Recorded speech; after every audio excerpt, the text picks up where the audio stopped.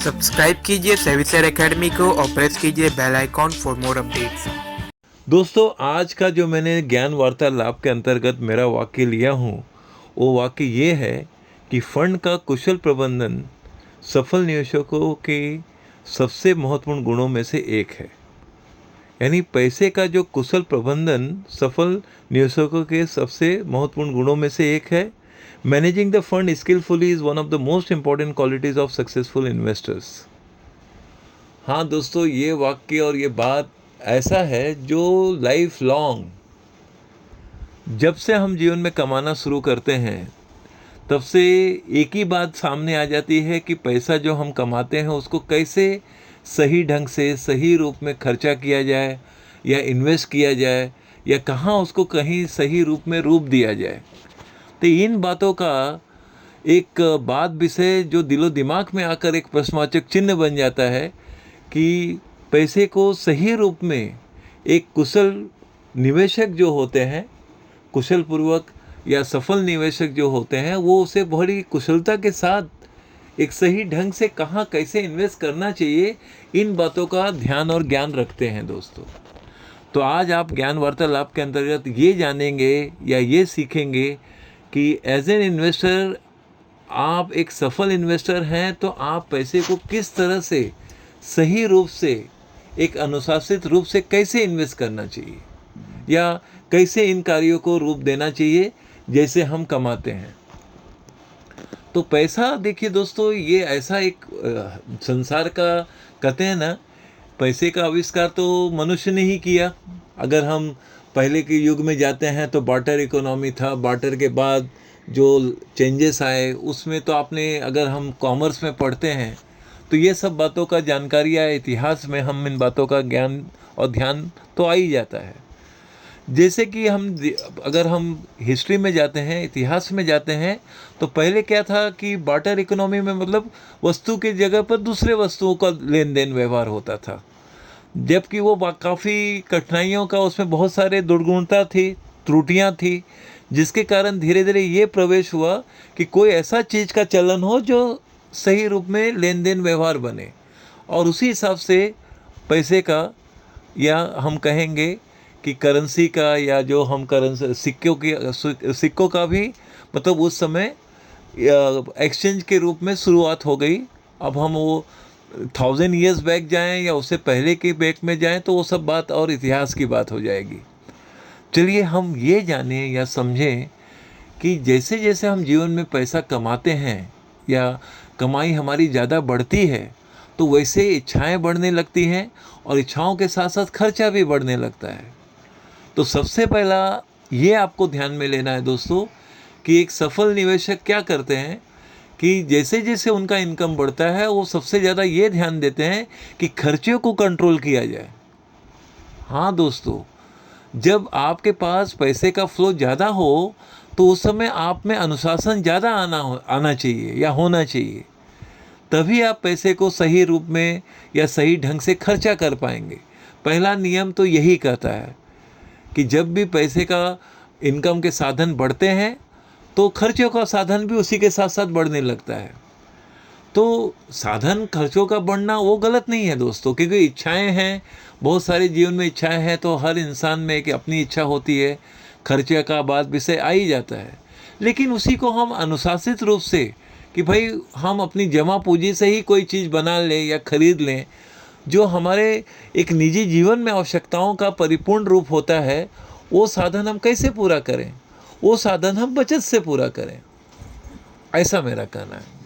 तो अगर हम बचत से उस साधन को बढ़ाएं या करें तो आप उस पैसे को सही रूप से आप कर रहे हैं साधन का।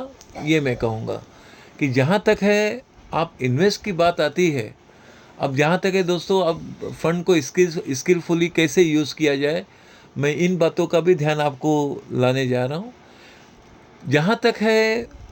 जहाँ तक इन बातों को ध्यान में लीजिए कि जब भी हम पैसे को इन्वेस्ट करते हैं मार्केट में, जहाँ स्पेशली शेयर मार्केट की बात कर रहा हूँ, तो आपका सबसे इम्पोर्टेंट पॉइंट ये होना चाहिए कि आपका जो बचत है, नॉर्मली 30% वो आप इक्विटी शेयर्स में पैसा इन्वेस्ट कर सकते हैं। 30%। अगर आपको जैसे एज ए बिगिनर हैं तो उस हिसाब से तो आपको 30% करना चाहिए। यदि आप अच्छा नॉलेज रखते हैं, हाँ, यदि आप अच्छा नॉलेज रखते हैं, आपके पास अच्छा नॉलेज है स्टॉक के इन्वेस्टमेंट के बारे में, या आपको उसका अच्छा खासा अनुभव है, तब अपने 30% से 50% तक करना एडवाइजेबल है। यानी आपके बचत में से 50% तक आप इक्विटी शेयर्स में इन्वेस्ट कर सकते हैं, यदि आपको ज्ञान और अनुभव दोनों है तो। हाँ, इन बातों को ध्यान में अंडरलाइन कर लीजिए। यदि आपका अनुभव अच्छा है, यदि यदि आपका ज्ञान बहुत अच्छा है स्टॉक मार्केट से संबंधित, तो आप अपने बचत में से 50% मार्केट में इन्वेस्ट कर सकते हैं। अब आप ये भी पूछेंगे दोस्तों कि इसके साथ साथ आप और अगला कैसे क्या कर सकते हैं। जैसे बाकी तो हमने 50% किया, तो वो बचत का 50% का रूप।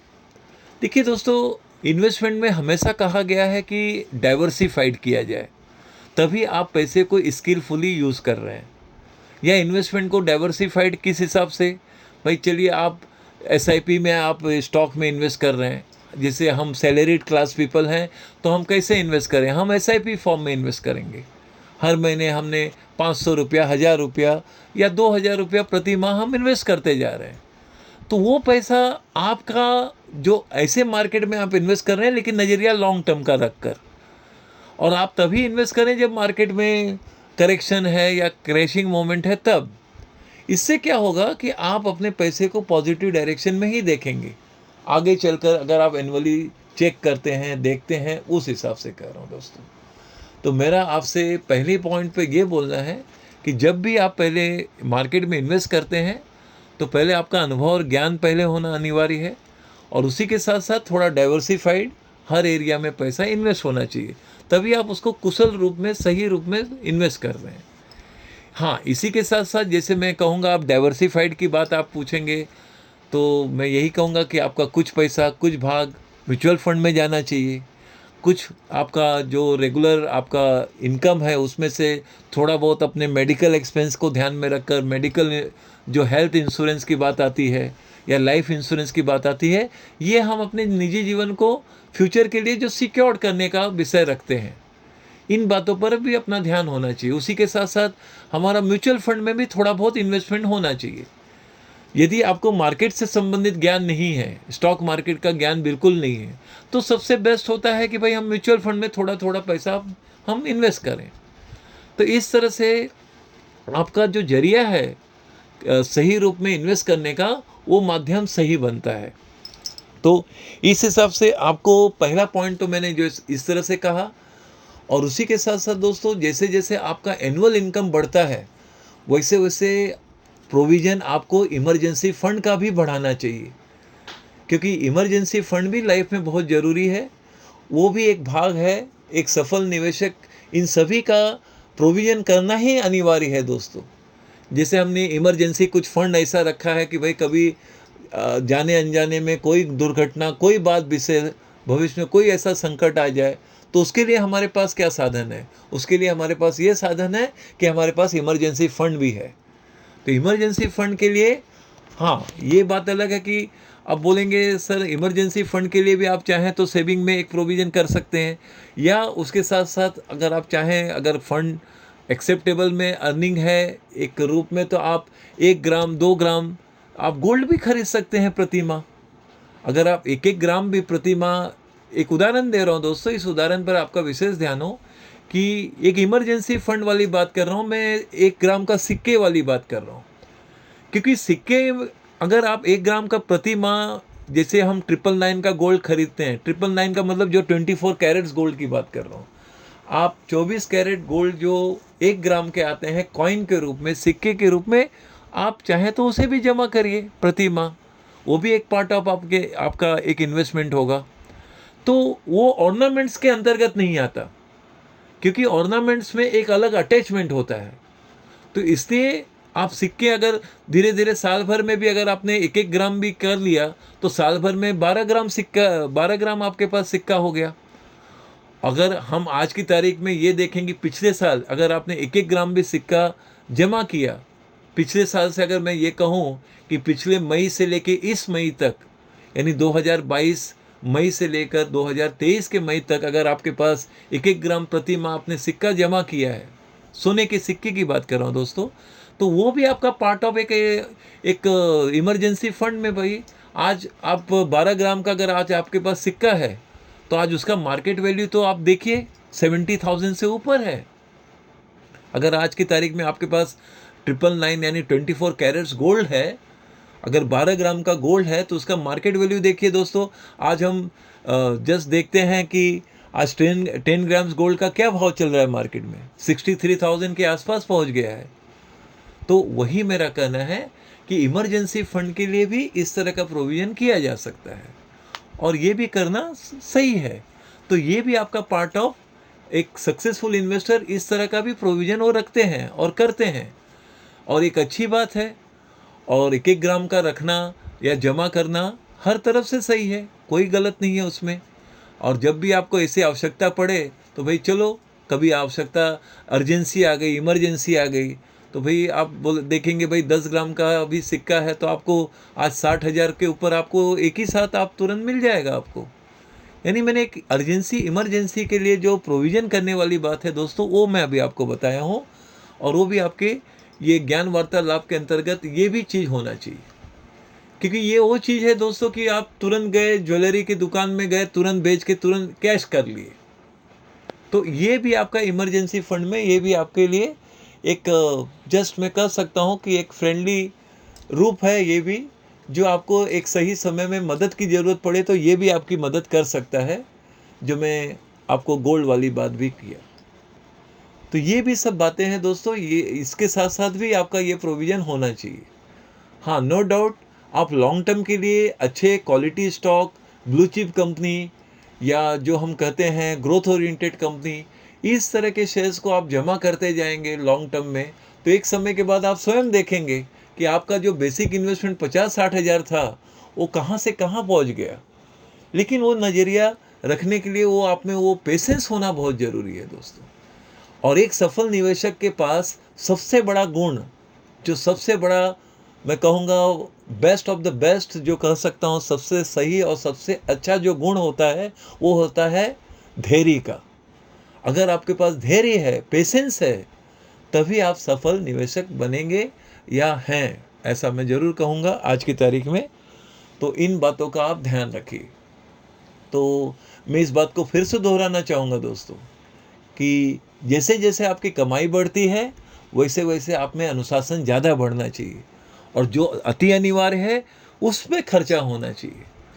हाँ, ये जरूर, ये बात अलग है कि हमारी जो इच्छाएं हैं, तो नो डाउट जब आपका इनकम सरप्लस पॉइंट पे जा रहा है, आप सरप्लस अर्निंग कर रहे हैं, तो इच्छाओं को भी, इच्छाएं क्या है वो तो आप आसानी से पूरा कर सकते हैं। जब आपके पास सरप्लस अर्निंग आता रहेगा तो आप लाइफ में हर चीज़ अपनी इच्छाओं को पूरा कर लेंगे, तो वो भी कोई बड़ी बात नहीं है। समय के साथ साथ आप वो भी काम कर लेंगे। लेकिन वास्तविक रूप से दोस्तों क्या होता है कि उम्र जो होता है ना, ये 18 साल से लेके 30 साल का उम्र ऐसा है कि वहाँ पर खर्चे का साधन जीवन में ज़्यादा होता है, इच्छाएं बड़ी होती हैं, तो वहाँ खर्चे ज़्यादा होते हैं। तो वहाँ पर थोड़ा सा आप अनुशासित हो जाइए, जिससे कि आपके पास बचत की मात्रा बढ़े और इन्वेस्टमेंट की भी बात होती रहे। इन्वेस्टमेंट इसलिए कि दोस्तों कि इन्वेस्टमेंट में जो पैसा आपका अच्छे स्टॉक में लगता है वो पैसा आपके लिए काम कर रहा है, और भविष्य में वही पैसा आपको काम करके कमा कर एक अच्छे लेवल पर एक अच्छा अर्निंग, एक अच्छा रिटर्न देगा। और हाँ, अब हम लाइफ में सीरियस कब ज़्यादा होते हैं, जब हमारी उम्र 50 से 60 साल की हो जाती है, तब हमें रियलाइज़ होता है कि हर चीज़ का आप कुछ प्रॉपर्टी बनाना चाहिए, कुछ जीवन में होना चाहिए। तो ये सब चीज़ें कब संभव होगा, जब आपका बेस वही 18, 19, 20, 21 साल से आपने बचत का साधन, बचत को ज़्यादा प्राथमिकता देकर अपने जीवन में आपने अपने रूप को बनाया है। अपने आप को सफल रूप तभी बना पाएंगे दोस्तों, जब आप कम उम्र में ही बचत का मार्ग रूप अपनाते हैं और बचत के साधन को ज़्यादा प्राथमिकता देते हैं, तब कहीं जाके वो चीज़ को आप बना पाएंगे। और जब आपका उम्र 40-50 का होगा तो आप स्वयं देखेंगे कि जो आपने 20, 21, 22 साल की उम्र से आपने कमाना जो शुरू किया, वो 40, 45 और 50 साल की उम्र में आप अच्छा कॉर्पस देखेंगे, एक बहुत बड़ी रकम देखेंगे। उस पैसे में जो आपने इन्वेस्ट भी किया, बचत भी किया और हर चीज़ का प्रोविज़न भी किया। तो दोस्तों मैं मानता हूँ मेरी आज इस बात को ज्ञान वार्तालाप के अंतर्गत कि फंड को किस तरह से आपको स्किलफुली यूज करना चाहिए, वो भी बहुत बड़ा एक महत्वपूर्ण ज्ञान की बात है। और एक सफल निवेशक में ये सारी बातें और गुणधर्म होता है। तो बस मैं मानता हूँ मेरी बात को आपने सरल रूप में समझ लिया होगा, और जो मैंने आज आपको कहा उसको आप फॉलो करिए। मैंने जो उदाहरण दिए, जो बात कहे, उसको आप ध्यान में लीजिए और लागू करिए। देखिए आप जीवन में सदैव सफल रहेंगे दोस्तों। बस यही कहना था दोस्तों आज की तारीख में ज्ञान वार्तालाप के अंतर्गत। और बाकी तो आप सभी जानते ही हैं कि हमारा मल्टीबैगर स्टॉक सर्विसेज है, हमारा प्लेटिनम स्टॉक सर्विसेज है, मेंबरशिप, हम शॉर्ट टर्म इन्वेस्टमेंट के लिए मेंबरशिप का भी हमारे पास सिस्टम है। मतलब उस तरह से हमारे साथ मेंबर्स भी हैं। और उसी के साथ साथ दोस्तों पोर्टफोलियो मैनेजमेंट सर्विस भी हम उस कार्य में भी लगे हैं और उसी में समर्पित भी हैं। उसी के साथ साथ हमारा मल्टीबैगर पोर्टफोलियो मैनेजमेंट सर्विस भी है, जो हम पूर्ण रूप से उसी कार्य में लगे हैं जिससे कि आपका पैसा मल्टीप्लाई हो। और हमारा सेल्फ स्टडी और इंटेंसिव स्टडी तो ऑन ही रहता है पर्टिकुलर स्टॉक और सबके बारे में। आप यदि आपको अपने पोर्टफोलियो को अच्छे से उसका आप वैल्यूएशन करना चाहेंगे या जानना चाहेंगे कि इसको होल्ड करना चाहिए या सेल करना चाहिए, तो उसके लिए भी हमारा पोर्टफोलियो रिव्यू सर्विसेज भी है हमारा। तो उससे संबंधित भी आपको कोई जानकारी चाहिए, आप व्हाट्सएप में मैसेज कीजिए, आपको सारी जानकारी प्राप्त हो जाएगी। चलिए फिर मिलते हैं।